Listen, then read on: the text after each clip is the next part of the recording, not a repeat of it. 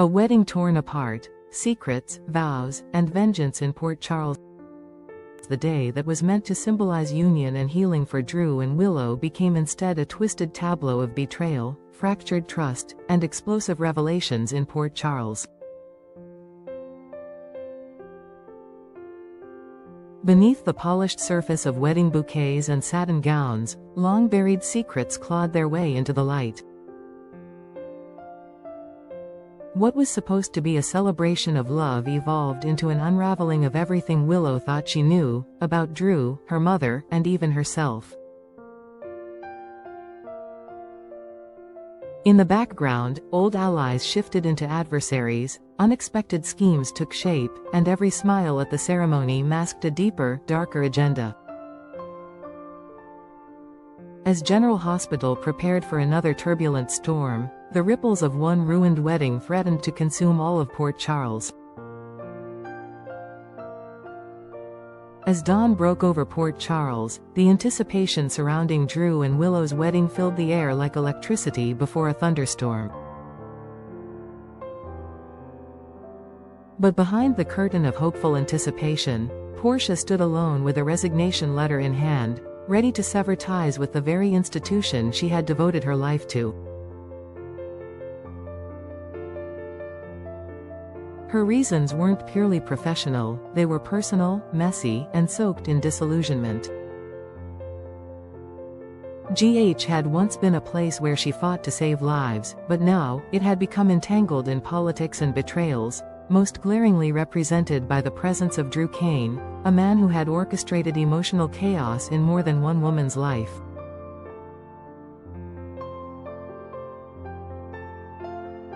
The final blow came when Portia realized that her own husband, Curtis, was hiding something monumental, something that threatened to implode an already delicate family unit. Curtis had not intended to ruin Willow's wedding day, but the burden of truth proved heavier than his conscience could carry. He had been sitting on a grenade for weeks. The knowledge that Drew had slept with Nina last summer while still in a committed relationship with Willow. It was information Curtis hadn't sought out, but once in his possession, it began to gnaw at him.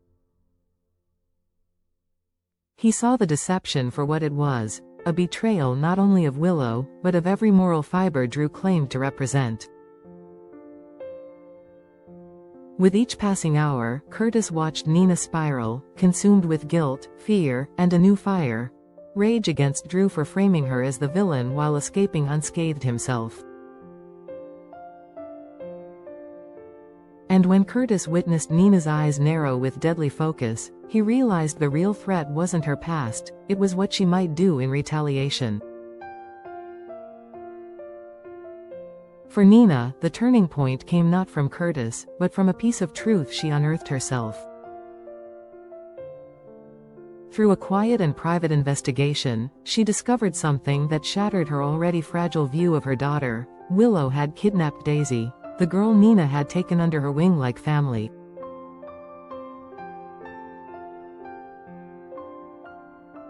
It wasn't a misunderstanding, or a moment of desperation, it was a calculated act of control, executed during a time when Nina was barely holding herself together.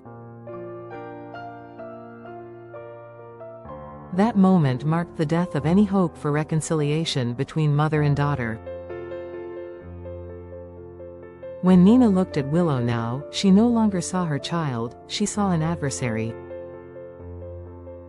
One who smiled sweetly, who wore white, who pretended to be the wronged one. And Nina vowed to expose the truth, not only about Drew, but about Willow too.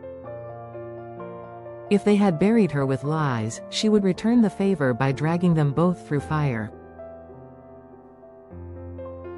Meanwhile, inside Carly's home, another confrontation was quietly unfolding. Lucas, having grown weary of Carly's enduring loyalty to Sonny, decided it was time to move out. The house that once felt like a sanctuary now felt oppressive, marked by Carly's inability to cut ties with the man responsible for so much destruction. Lucas wasn't angry, just disappointed. He saw his mother's unwavering support for Sunny as a choice she kept making, even after everything that had transpired. With a heavy heart, he packed his bags, leaving behind a chapter of his life defined by complex family ties and unresolved grief.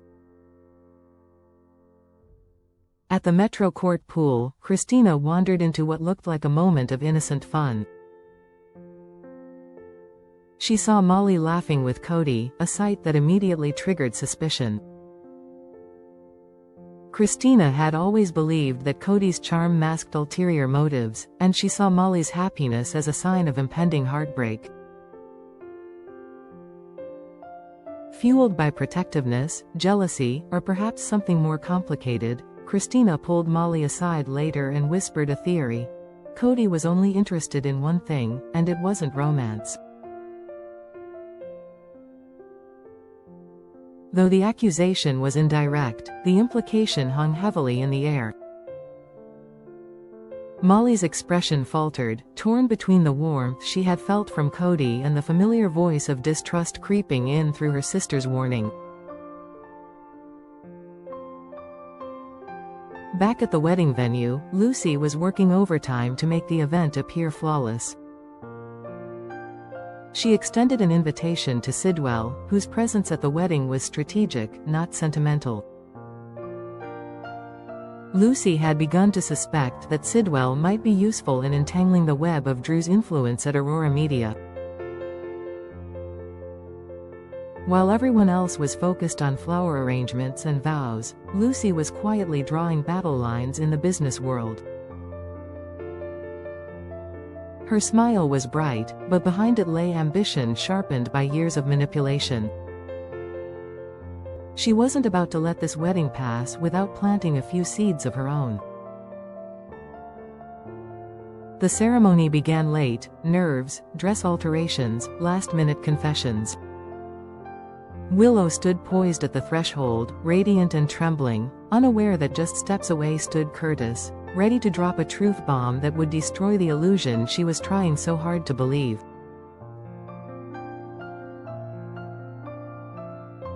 He didn't hesitate. As the guests settled in and the music softened, Curtis approached, voice steady and low, and told Willow everything. He didn't dramatize it, didn't embellish.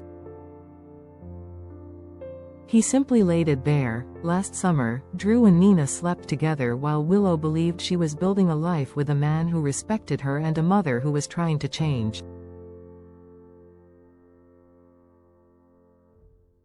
The world seemed to fall silent. For a long moment, Willow didn't speak. Her body didn't move. The image of the aisle, the altar, the vows, all evaporated. She turned slowly, her eyes searching for her mother, and when she found Nina, she didn't scream. She didn't cry. She simply said her name like it was poison. Nina tried to defend herself, but Willow was already moving, storming past her, past the guests, past Drew, and into the dressing room. When she returned, her wedding gown was still immaculate, but her face had changed. She looked older.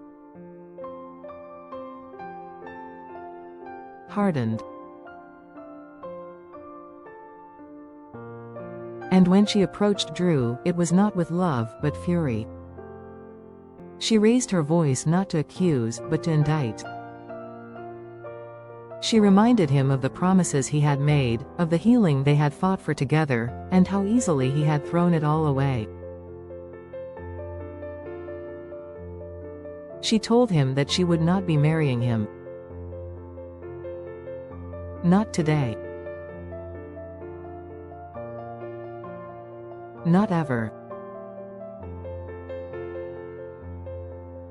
The guests murmured. Drew stood frozen.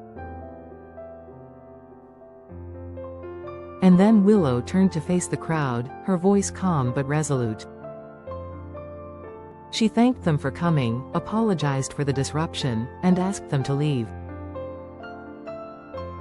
The wedding was off. Nina watched it all unfold with a mixture of vindication and heartbreak.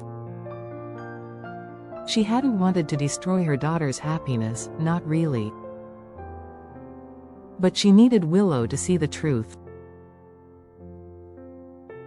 To stop pretending that pain was only something others inflicted upon her. To stop hiding behind the image of the perfect bride. Nina wasn't proud of what she had done, but she no longer regretted it. Drew had been the architect of his own ruin, and Willow's silence had made her complicit. If destruction was the only way to reach the truth, then so be it. By nightfall, the aftermath had begun. Willow disappeared into seclusion. Drew stayed behind, refusing to leave the now empty venue, haunted by the echo of the day's collapse. Portia submitted her resignation. Lucas moved into a new apartment, hoping for a fresh start. Christina's words festered in Molly's mind. And somewhere, beneath it all, Nina began planning her next move, not as a mother, but as a woman reborn from betrayal, ready to wield the truth like a weapon. The wedding may have been called off, but the war it unleashed was only beginning. Port Charles had witnessed many storms, but few like this, where every vow broken became a battle cry, and every truth revealed was just the beginning of a darker reckoning to come.